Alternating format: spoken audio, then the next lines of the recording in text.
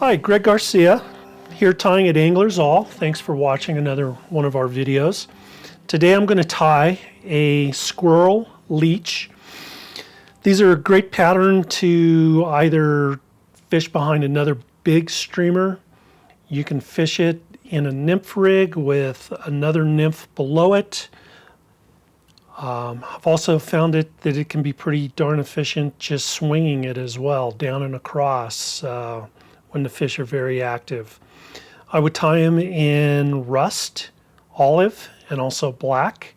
Today I'll tie you a rust one to get the idea how this is put together. Materials are pretty simple. I'm using a 200R hook just because I like the way they look. Most of them that are in production are tied on a 52-62 straight shanked hook, so you could certainly try one of those. The thread, I am using some Dansville 6/0 in what they call their brown. Squirrel or micro pine squirrel is the main ingredient. And then also on the collar, I'm going to do something a little different to show you how to do the collar. I'm going to lay down, or I laid down a little bit of this fusion dubbing as a little base layer.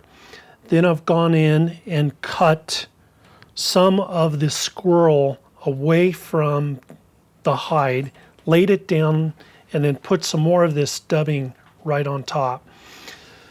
Kind of creating what they would call a composite loop. Basically what you would do is just come in here as close as you can to this hide.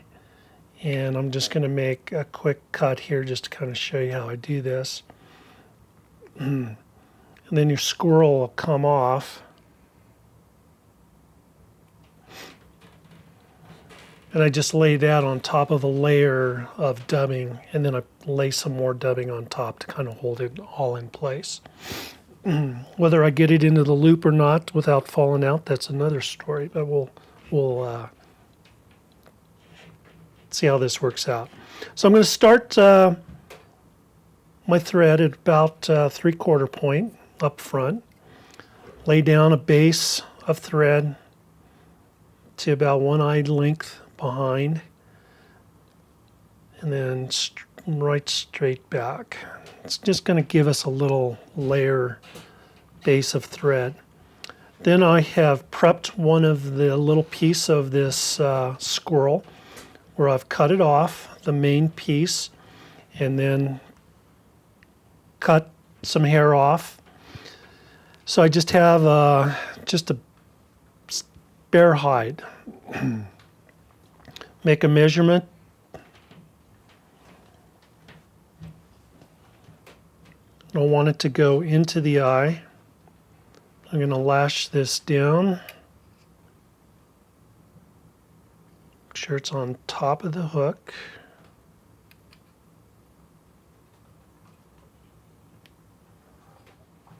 There we go. Next thing I'm going to do is create a dubbing loop. So I'll make one draw down, about 5 inches or so. Hold it at the bottom. I'm going to bring my thread back up to the hook, make a couple of wraps, go around those 2 pieces of thread a couple of times. Then I'm going to bring my thread all the way up front. Put a little dubbing wax on your loop. That's going to kind of help hold everything into place. I have one of these new nifty little dubbing spinners from the folks over at OPST. What I really like about this is that when you lay it, when you're all finished and you lay it down onto the table, those hex sides keep this tool from rolling off your table. Now I'm going to grab this little composite material I've put together.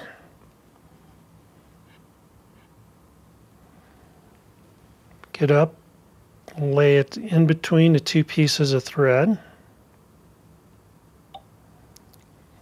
let my thread come together in my backhand.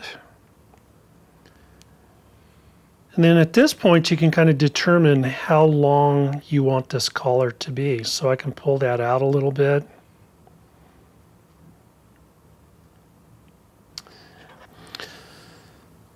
Just go in with your bobbing needle and separate or spread out the squirrel fibers. Okay, now that I feel good where that is, on the back side, because these are the side of the tips, I'm going to come in here and cut this back piece off.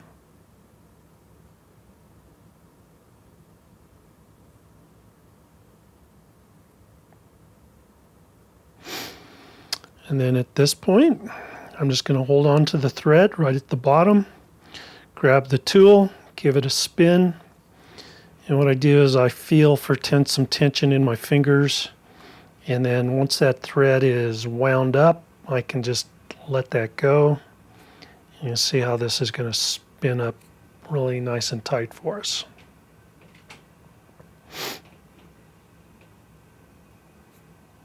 At this point it looks like a little bit of a mess, but we're going to clean that up a little bit.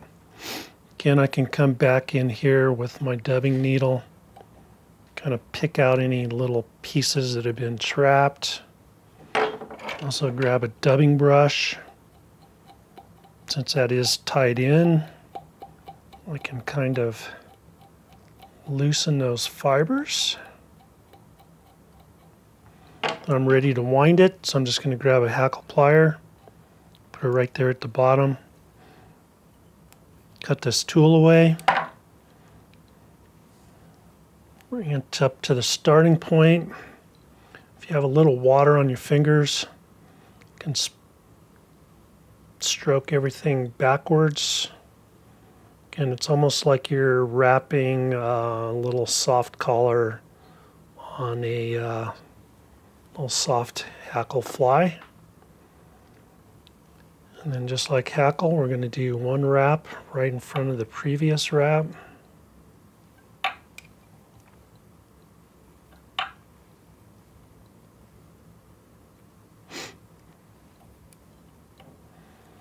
What I like about this technique is this collar is lighter.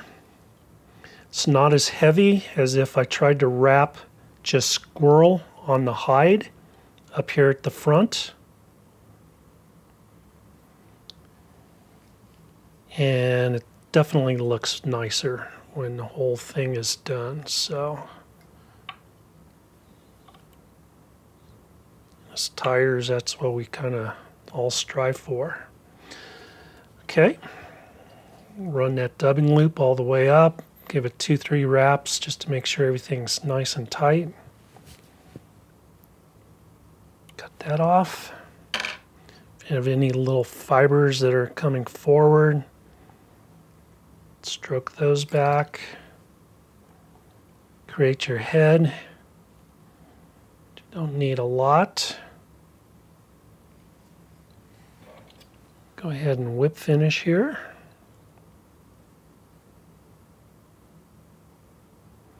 Three, 4 wraps should do her. Make sure that's nice and tight. Then at this point, I'm going to come back with my dubbing brush. Stroke everything forward here. Make sure everything is loose. Nothing is tight on top of it. And then the last, I can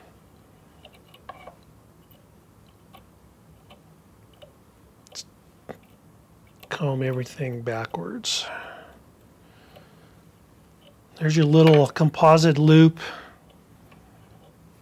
Got a few little extra pieces of that dubbing. If you want to break those off, that's easy to do.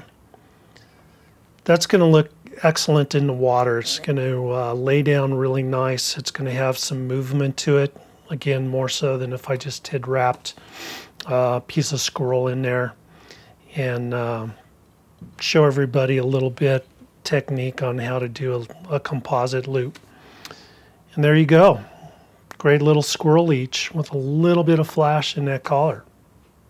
Have fun fishing it. Thank you for watching.